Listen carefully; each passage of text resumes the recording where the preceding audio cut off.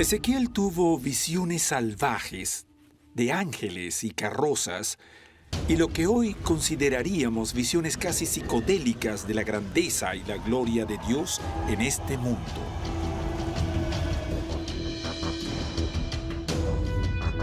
El libro de Ezequiel es un documento extraordinariamente fascinante. Él ve fuego, ve una tormenta, una carroza, hay un trono y describe en detalle muchos de estos grandes fenómenos. Dijo, el mundo del Señor vino a mí, ¿y saben lo que vi? Vi al Señor en su trono, pero su trono no es como solían pensar en el templo de Jerusalén. Su trono tenía ruedas y podía ir a cualquier parte. Podía ir como el relámpago, rápido por todo el mundo. Y les dirá a todos cómo están adorando al diablo. Comparo a Ezequiel con uno de esos predicadores callejeros que hallas en la gran ciudad. Agitan los brazos, gritan, están predicando. Él se había cortado parte de su cabello, lo quemó y lo arrojó al viento. El significado de las extraordinarias visiones de Ezequiel ha sido ampliamente debatido por los estudiosos bíblicos. Algunos creen que son las divagaciones de un fanático religioso, pero otros insisten en que las visiones de Ezequiel no solo fueron inspiradas por Dios, sino que son realmente proféticas y contienen información sobre todo, desde el significado de la vida hasta la verdadera naturaleza de la relación entre la humanidad y Dios. Y es esta creencia la que forma la base de la interpretación mística del judaísmo conocida como Cábala.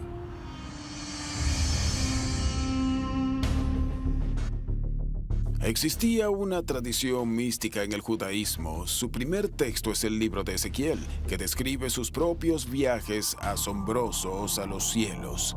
Sus encuentros con extrañas criaturas y sus raras visiones, todo hecho sin entrar a la sinagoga o al templo, sin hacer un sacrificio o decir una oración. Ahora, en algún punto de la historia de estos textos, las ideas místicas del judaísmo comenzaron a combinarse en un movimiento que llamamos Cábala. Derivada de la palabra hebrea que significa recibir o aceptar, la Cábala es una serie de enseñanzas esotéricas que intentan entender la naturaleza y el propósito de Dios y la existencia de la humanidad. Mediante el ayuno y la oración, algunos seguidores de la Cábala creen poder tener sus propias visiones increíbles de lo divino. Mucho de lo que llamamos Cábala proviene del profeta Ezequiel, y ese texto sugiere que la imagen de Dios puede ser descrita como luz. No luz ordinaria, sino un tipo de energía espiritual que tienes dentro de ti. Y así es como descubres a Dios, pues hay un vínculo entre lo que está oculto en cada uno de nosotros y la fuente divina de donde provenimos.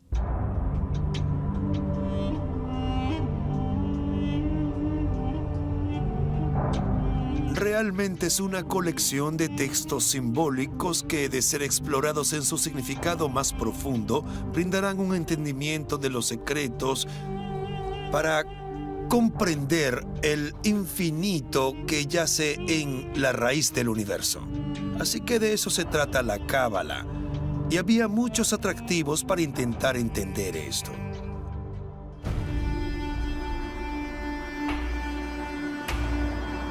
Aunque la Cábala es bien conocida actualmente, hace 2000 años, esta interpretación mística del judaísmo era considerada tan radical y peligrosa que a muchos judíos les era prohibida su práctica, o incluso aprender de ella.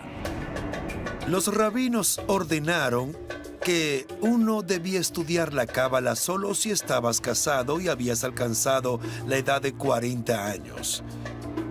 ¿Qué nos dice eso? Que puedes estudiar la Cábala y explorar estos misterios importantes solo si eres un individuo totalmente maduro, solo si tienes los pies en la tierra, si eres estable.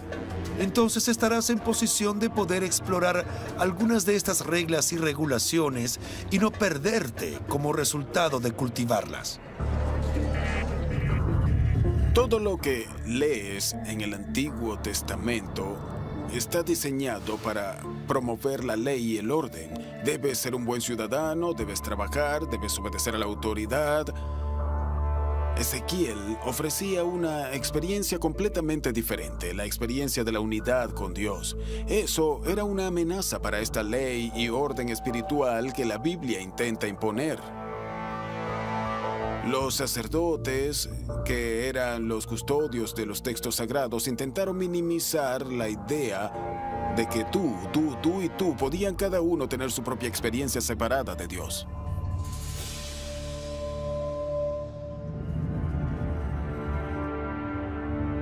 Las personas leían a Ezequiel con la esperanza de recibir una experiencia directa y poderosa de Dios como la de Ezequiel. Así que algunos de los primeros místicos usaban a Ezequiel como una base o plataforma para tener su propia experiencia profunda de lo divino. Eso es lo que es tan peligroso del misticismo religioso. Las personas sienten poder, sienten que están oyendo la palabra de Dios en palabras secretas, frases secretas, números secretos, colores, imágenes de bestias, imágenes de Dios, imágenes del cielo, muy parecido a si pudieras entrar a un mundo de fantasía en un videojuego o a un mundo de ciencia ficción. ¿Fueron las extrañas profecías descritas por Ezequiel realmente comunicadas a él directamente por Dios? De ser así, ¿qué nos dicen estas visiones increíbles de la naturaleza de Dios y del destino final de la humanidad?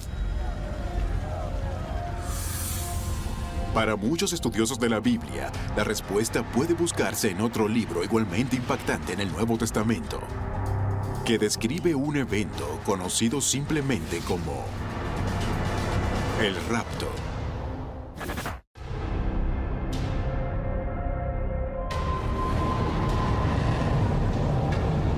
Para muchos, el llamado fin de los días está predicho gráficamente en el libro de las Revelaciones. Pero hay otro texto profético en el Nuevo Testamento que predice que los muertos literalmente se levantarán de sus tumbas el día del juicio, durante un evento conocido como el rapto. Cuando las personas ven ese cronograma para el fin del mundo, tienden a pensar que todo está en las revelaciones, pero entonces comienzan a hablar del rapto. Este proviene de la primera de Tesalonicenses. Cuando Cristo regresa con nubes y gloria, y las tumbas se abrirán y los muertos se levantarán primero. Estos serán llamados a las nubes con Cristo. En el libro conocido como la Primera de Tesalonicenses, fue de hecho una carta enviada por el apóstol Pablo al pueblo de Tesalónica, en Grecia. Según los estudiosos, fue escrito cerca del año 52 de nuestra era, convirtiéndolo en uno de los libros más antiguos del Nuevo Testamento. Le escribe a esta comunidad que había creído que Cristo regresaría antes de que nadie muriese. Así que el punto de esta historia del rapto es decirles que no se preocupen, que cuando Cristo regrese, los muertos también se levantarán. Dice, aquellos de nosotros que estén vivos y permanezcan aquí y no estén muertos aún cuando Él venga, serán llevados al cielo. Así de simple. Es una tradición que describe Pablo, pero Juan de Patmos dice algo muy diferente. Él nunca habla de lo que los cristianos llaman ahora el rapto. En su lugar habla de la Jerusalén celestial que desciende a la tierra, así que es una imagen muy diferente. Muchos cristianos conservadores actuales creen que cuando llegue el fin, Jesús vendrá del cielo y habrá un rapto donde las personas serán sacadas de este mundo.